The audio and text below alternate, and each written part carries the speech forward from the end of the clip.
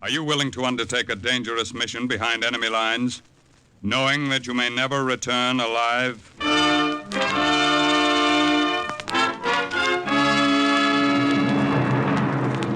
What you have just heard is the question asked during the war of agents of the OSS. Ordinary citizens who to this question answered, yes. This is Cloak and Dagger.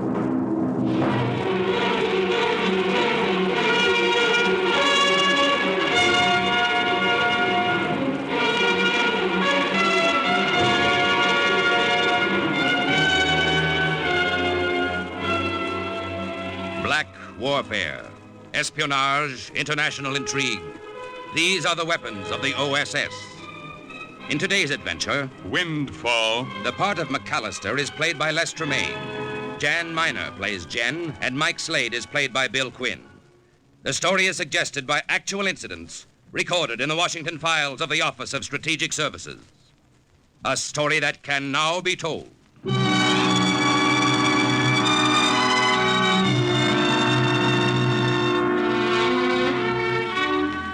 We had 3 new guests at the lodge at Noirmont that day. The first one blew in just after lunch, and I recognized him right away. At least I thought I did. I didn't know who he was, you understand, but I thought I knew what he was. A fellow American, for one thing, and probably a member of the diplomatic mission at Bern. I wish now that that was all he had been. Do you have a reservation for me? The name, monsieur? Haywood. Frederick Haywood. One moment, monsieur. I made a mental note of that name as I shuffled my cards and dealt myself another hand of solitaire. I was sitting in the lobby close to the desk, and not by accident either. I made it my business to catch the names of new arrivals. If you know a man's name, he's usually more willing to sit down at a card table with you. And if the guests at Noirmont didn't play cards with me, how could I eat? Well, clerk, do you have the reservation or not? Yes, here it is, monsieur. It was phoned in yesterday from Bern. Your room is being prepared now, sir. Let me know when it's ready. I'll be in the bar. I went to work then. I followed him into the bar. I was sure by then that I'd size him up right. A secretary or a file clerk who'd come to the lodge to ski and relax. He was ripe for picking, I figured. I found him at a table by the window, looking out over the mountains of snow and ice and down into the green valley where Switzerland became France. Nazi-occupied France. Welcome to Noirmont, Mr. Haywood. Huh? Who are you? The name's Slade, Mike Slade. I heard you ask for your reservation. I couldn't help overhearing your name. You're an American? That's right. You mind if I sit down? Thanks. Up here to do a little skiing, I suppose. Perhaps. Planning to stay long? That depends. Oh, on what? On a number of things, none of which are your business. Relax, Mr. Haywood. You don't have to be afraid to talk to me. I'm not on the enemy's side. In fact, I'm not on anybody's side. I'm just a plain, ordinary private citizen. Oh? And what are you doing in Switzerland?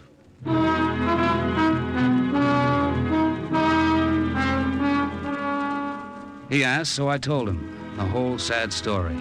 How I'd shipped out of San Francisco when I was 15, how I jumped ship in Shanghai, how I'd spent the next 25 years gambling my way around the world, till I hit it big, knocking over a roulette wheel in Paris for 1 million francs. So you're up here blowing your 1 million francs, huh, Slade? No, not exactly. Didn't last long enough to blow.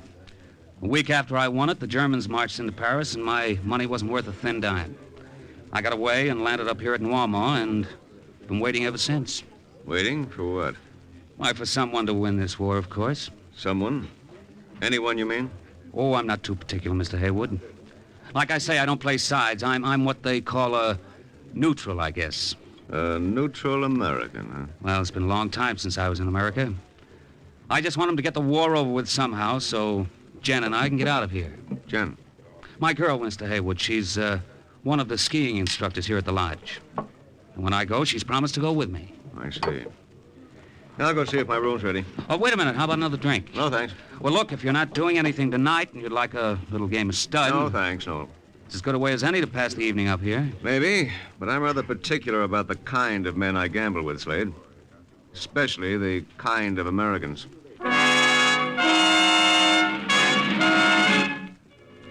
Oh, well, I figured some guys couldn't help being patriots. Me, I had other things to worry about.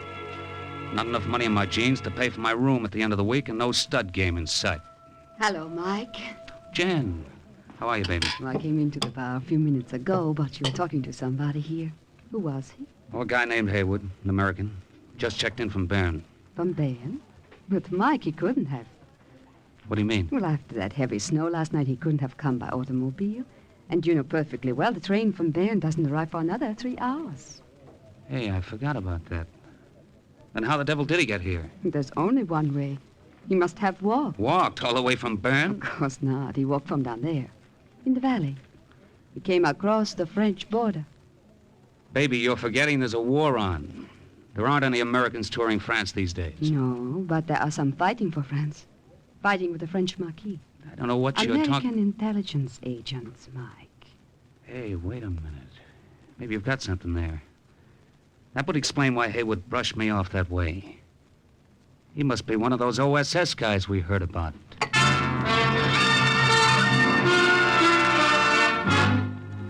It was the only answer. I didn't think much of it. I figured an OSS agent just out of occupied France wouldn't have enough money to finance a game of studs, so I went looking for someone who would. We wish 2 rooms, Cloak. One for Wirstadt, one for myself. Krauts were Krauts, and you didn't have to be a patriot like Haywood not to like them. But I figured if these 2 guys at the desk were a couple of jokers on a holiday, they'd be well healed. Well, the service is ridiculous. Ridiculous, that's all I can Welcome say. to Noirmont, gentlemen. Danke. Well, Cloak, what about those rooms? I don't believe I quite caught your names, gentlemen. If you please, my friend, we are trying to get accommodations. I am sorry, Herr Keitel. All I can give you and Herr Wirstadt is a double room. There are no single ones? No, sir. The American who arrived today took the last one. Oh. An American arrived today? I'm an American, too. Slade's my name, Mike Slade. But it was not you who just came. Oh, no. I've been around for nearly 3 years. The new guest is Mr. Haywood. Mr. Haywood, eh? And his room? 18. Room 18. I'm in 27 myself, gentlemen. If you'd be interested in a friendly game of stud poker this I evening, think I'd not, be... Herr Slade. I'm afraid we are going to be busy this evening. Nicht wahr, Keitel? Yeah, that is true. We are going to be very busy. So that took care of my last chance to put some meat on my thin bankroll. Jen and I had dinner at the lodge that night. Then I walked her back to her cottage above the hotel. The moon was bright. Dry snow squeaked under our feet. It was the same as any other night at Noirmont. Seemed the same anyway. Even the things we talked about were the same. You must be patient, Mike. We will leave Noirmont someday. Yeah, but when and how? We'll never get out until I lay my hands on some dough. Big dough, I mean. Not the kind I can win from a bunch of yokels who don't know 2 pair from a straight. Your government would send you home, maybe, Mike. Yeah, sure, and shove me in the army. Only they don't have any use for a guy my age, and that makes it mutual. Besides, they wouldn't let you go with me. But I would wait. And when the war is over... No dice, kid. When I go, you go. So the answer's still money. Mike! What? Listen. Oh, it sounds like somebody's been hurt. Come on, honey. Down this way, Mike. There's something lying in the snow. Yeah. That must be him. Mike, it's the American, Mr. Haywood.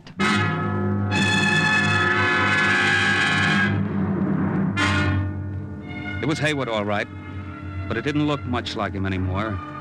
His nose was broken and the rest of his face was pushed out of shape. And Lord knows what else they'd done to him. You... Slade? All right, take it easy, fella. We'll get the doctor at the lodge. No use. Shoo. Slade. Shoo. You understand him, Jen? It sounds as if he's saying shoo. Yes. Shoo. Heel. Left shoe. The heel of his left shoe. Back. Alistair. What was that? McAllister? Yes. To... He's fainted. I'll get Dr. Gunther, Mike. Never mind Dr. Gunther, Jen. He's dead. Dead? No, but how could it have happened? You think he fell from the rock up there? No, baby, he didn't fall from any rock. He fell into the hands of a couple of Germans. It was all clear by then. Haywood had been an OSS agent. And the only winter sports the crowds had come to Noirmont for was torturing and beating him. It was tough, plenty tough, but then I still had problems, too. I unlaced Haywood's left boot and slipped it off his foot. What are you doing, Mike? Finding out what Hitler's happiness boys were after. Look, the heel slips right off the shoe. Yeah, and there's something inside it. Wait a minute. There. Mike, it's a little cylinder. It looks like a bullet. That's no bullet, baby. It's a cylinder of microfilm. Microfilm? Pictures. Of what, though? I don't know. Whatever it is, it's important. Whatever's important is valuable. What are you thinking, Mike? Huh? Me? I'm thinking about you and me, sweetheart. You mean? Never mind. Now, look, you take this film and get back to your cottage and hide it. As far as anybody's concerned, you weren't with me when I found Haywood's body. But I don't understand. You will. Get going, baby. But what are you going to do? Not a thing. Just sit around and cool my heels and wait for a guy named McAllister.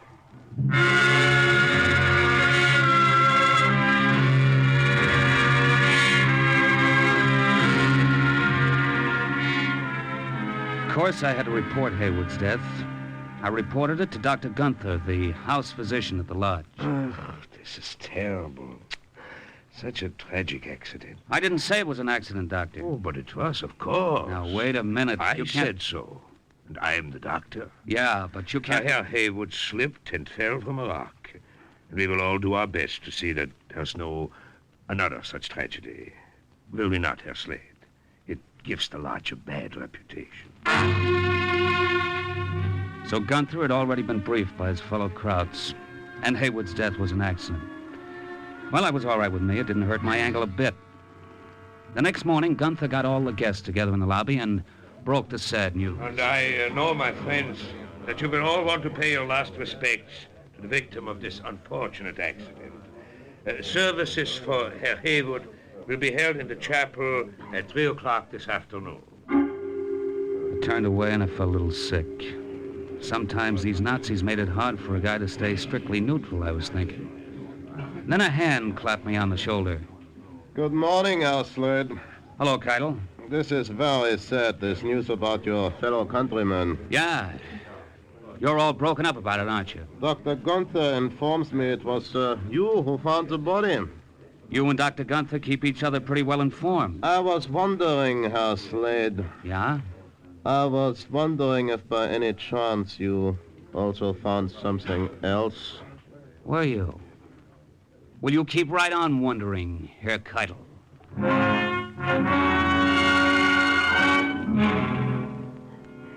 I spent most of that day playing solitaire at my favorite table near the desk. I wasn't listening for the names of poker prospects anymore. I was listening for another name, McAllister, but I didn't hear it. At 3 o'clock, I went down to the chapel. I figured I ought to pay my last respects to Haywood, too. It was the least I could do, considering how much I was going to owe him. Life is so cheap. The accidental death of a passing stranger may seem like a trivial thing. Believe me, my friend. It was almost over It is not. when a big blonde guy sat down next For to the me in the pew. alabaster box You're Mike Slade? The spirit Yes, that's right. is blown. You found Haywood's body last night. But a few short hours ago, What was left of him? he was here with us. He was still alive, wasn't His spirit moving Slightly. lightly through he? the Did he air. say anything? Not much. Wings of a dove. Mention a name, And McAllister. now he is gone. maybe. I'm McAllister. Now he is gone, Okay. and we are left here alone. He gave you something for me? And Yeah. we know Good. this to be tragedy. When can I get it? When can you pay for it? Tragedy. Pay for it? That's what I tragedy is the said. waste Why, of you such noble- dirty- Easy, pal. I want And into the 25,000 valley of the shadow Francs? has the dollars. Of all the filthy double crossing. I'll watch it. Is that a way to act at your buddy's funeral? And now, dear friends, let us all bow our heads in prayer.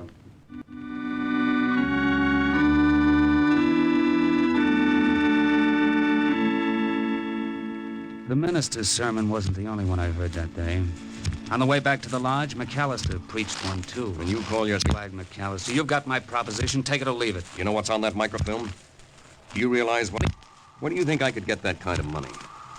You might try the embassy at Bern. And if they won't buy? Then maybe Berlin will. Berlin? You'd actually sell that film to the Nazis? Sell out your own country? I haven't had a country for a long time. You were born in America. Sure, but I've lived in Switzerland for quite a while. Some of its neutrality has rubbed off on me.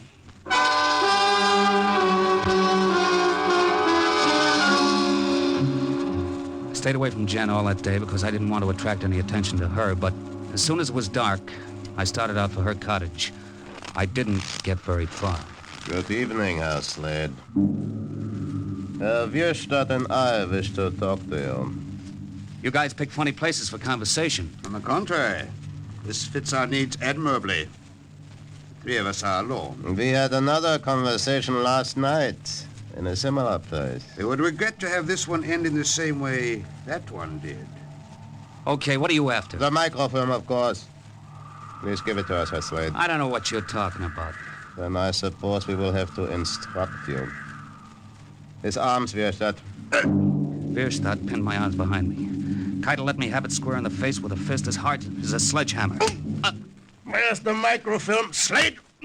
You'll never get it this way. You think not? You didn't get it away from Haywood this way, did you? Why don't you meatheads get smart? Kill me and you'll never lay hands on that film. And if we don't kill you? Then you might have a chance. How much would the chance cost us, Slade?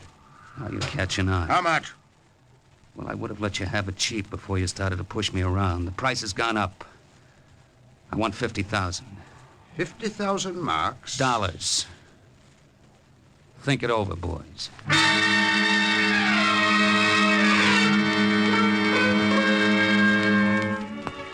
They must have seen some logic in it because they stopped slugging me and went away to talk it over. I didn't go to Jen's cottage after all. I didn't want them following me. So I went back up to my room, and when I got there, found my door unlocked. The room was a shambles. Somebody'd gone through it like a cyclone. Come on in, Slade. You OSS boys know how to take a room apart, don't you, McAllister? When we have to. Did you have to do this? No, I came up to do it. But those Gestapo agents saved me the trouble. It was already done.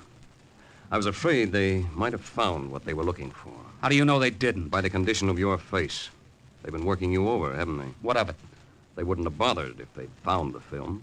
You're quite a brain, aren't you, McAllister? You're not, Slade. If you were, you wouldn't be playing this game. You're going to wind up just where Haywood is. I'll take my chances. You don't know what the dough means to me, you'd understand. You don't know what these films mean to the Allies, or maybe you'd understand. Those are pictures of German maps, Slade. Maps showing the location of every Nazi V-2 rocket launching site on the French coast. They could mean the saving of thousands of lives. They could even mean winning the war or losing it. Does that make any impression on you? My price is still the same. All right, then. Let me tell you what Haywood went through to get those films. You'll be wasting your time. My price is still the same. Okay. You're the guy who has to look in the mirror at yourself when you shave. I'll be around if you... Oh, I forgot about this. What? This picture. It was on the floor. I accidentally stepped on it and broke the frame. Let me have that. I noticed the inscription. To Mike, with all my love, Jen. Okay, let's have it. She's the skiing instructor, isn't she? Beautiful girl. Be a shame if anything happened to that face. Is that a threat, McAllister? No. No, the OSS doesn't go in for torturing women. Maybe we're too sentimental. Why would anybody want to torture her? Because she's helping you play your little angle? What makes you think so? Just a guess. And if I can guess it, so can Keitel and Wirstadt. And they're not a bit sentimental.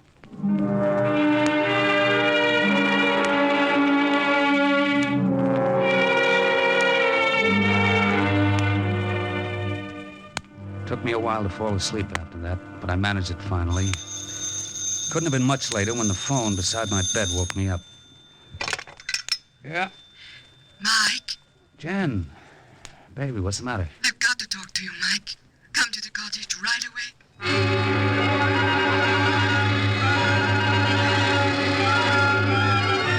I was scared then. All the way over, McAllister's words kept ringing in my ears, and I was scared to look at her face, but there was nothing the matter with it when I got there. The only marks on it were the marks of worry and a guilty conscience. I couldn't sleep, Mike. I had to call you. I've been thinking about it all night. About my new business enterprise, I suppose you mean? Yes. Trying to make money out of those microfilms, it's wrong, darling. We can't go through with it. Two-Bit says McAllister was here. Yes, he was. Waving the flag all over the place. What he said made sense. He told me what was on the film. He made me see how Haywood had suffered to get it. I'm surprised you didn't turn it over to him. I wouldn't do that, you know it. But I want you to turn it over to him. I will. For 25 grand. No, Mike. For nothing. Because they belong to him rightfully, and because they'll help the Allies win the war. No dice, baby. Mike, do you want those vile, murderous Nazis to win? All I want is my 25 G's. And then you and I can get out of here. Not you and I, Mike. What? I won't go with you under those conditions. You don't mean that. I do. I love you, Mike. But I couldn't go on loving you if you did a thing like this. I'd come to hate you. Jen. I'm sorry, darling. It's true. Well, Mike? I've waited 25 years for a break like this. I'm not going to let it run down the drain. Not even for you. If you don't want to go, okay, I'll be traveling alone. I don't think you'll be traveling anywhere just yet, Herr Slade. It was Keitel, and just behind it was Wehrstadt, and both of them carried Lugers. Before I could move, Wehrstadt had used his. The butt of it clipped me on the head. Oh, no! I remember hearing Jen scream and feeling myself crumbling toward the floor. When I came to, I couldn't move my arms and my legs. It took me a minute to figure out why. I was tied to a chair. Slowly, the room came back in focus, and I saw the two Gestapo agents. Then I saw Jen and what they'd been doing to her. Get your hands off her, you filthy rats. Don't touch her again. There will be no need to touch her, Herr Slade, if you will cooperate with us better than she has been doing. Where is the microfilm, Herr Slade? You still think you're going to find out for free, huh? Yeah, we think so. Where is the microfilm, Herr Slade? Let her alone, you... Then tell us where it is. All right.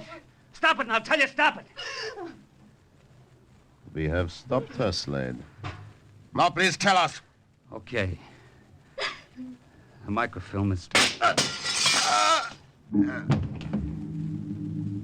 It came from outside, through the window, that revolver shot. Wehrstadt let out a groan and dropped to the floor. Keitel dropped to the floor, too, but he hadn't been hit. He flicked the light switch as he went down. The room went black. The advantage was all his now. He was in a pitch-black room. Whoever was outside was moving around in the bright moonlight, made even brighter by the snow. I saw Keitel's gun spit. The gun outside answered it. I was still tied hand and foot to the chair. There wasn't anything I could do, or was there? I remembered that the light switch was just over my head. I worked until I got my chair turned around so I was facing the wall. I started butting upward at the switch with my head. 3 times I missed it. 4th time it clicked. The room was flooded with light. Keitel was outlined at the window like a sitting duck.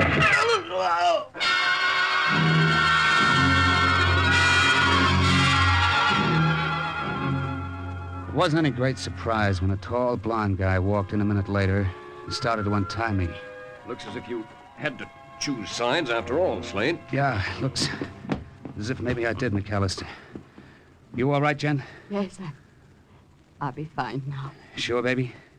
Yes, Mike. And thank you, Mr. McAllister. I should have said that too, McAllister. Thanks. That's okay. Mike, Yeah, honey? don't you see now? Don't you understand?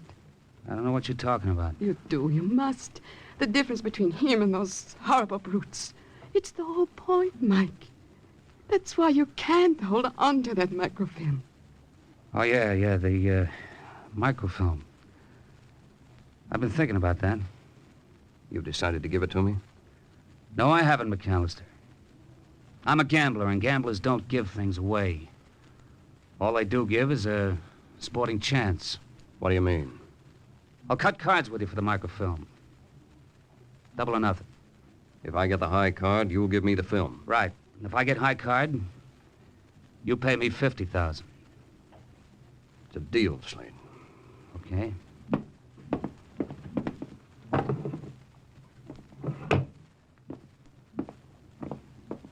Here. Shuffle, McAllister.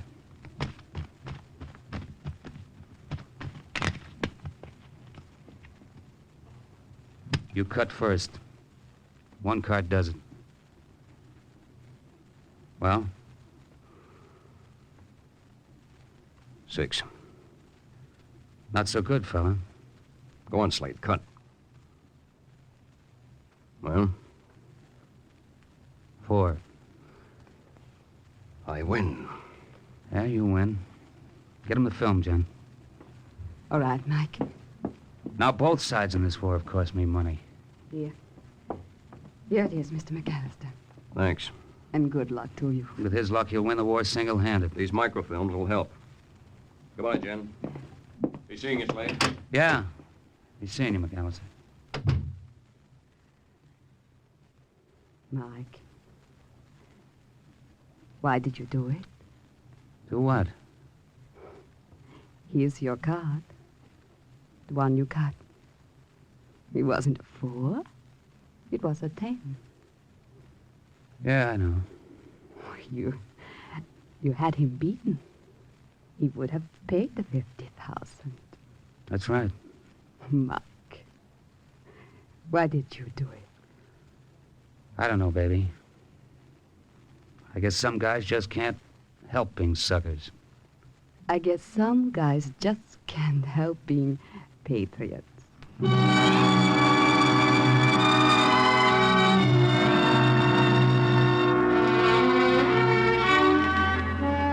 So we were stuck in Switzerland for a couple of more years, Jen and I.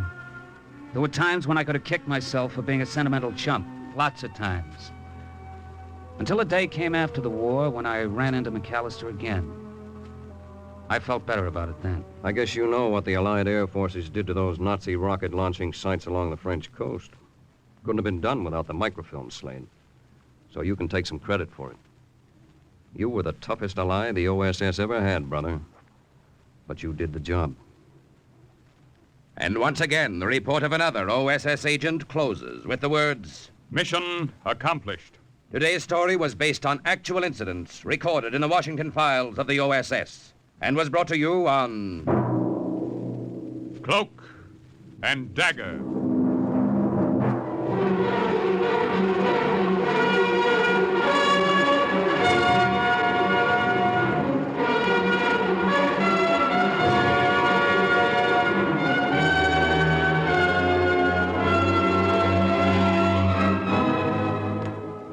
Heard in today's Cloak and Dagger adventures, McAllister was Les Tremaine, Mike Slade, Bill Quinn, Jan Miner. Others were Grant Richards, Raymond Edward Johnson, Carl Weber, Charles Irving, Stefan Schnabel, Boris Applin, Paul Arnold, and Jerry Jarrett. The script was written by Ken Field, and the music was under the direction of John Gart. Sound effects by Jerry McGee. Engineering by Joe Silva. Today's OSS adventure was based on the book Cloak and Dagger by Corey Ford and Alistair McBain. This program was produced by Louis G. Cowan and Alfred Hollander, and under the direction and supervision of Sherman Marks.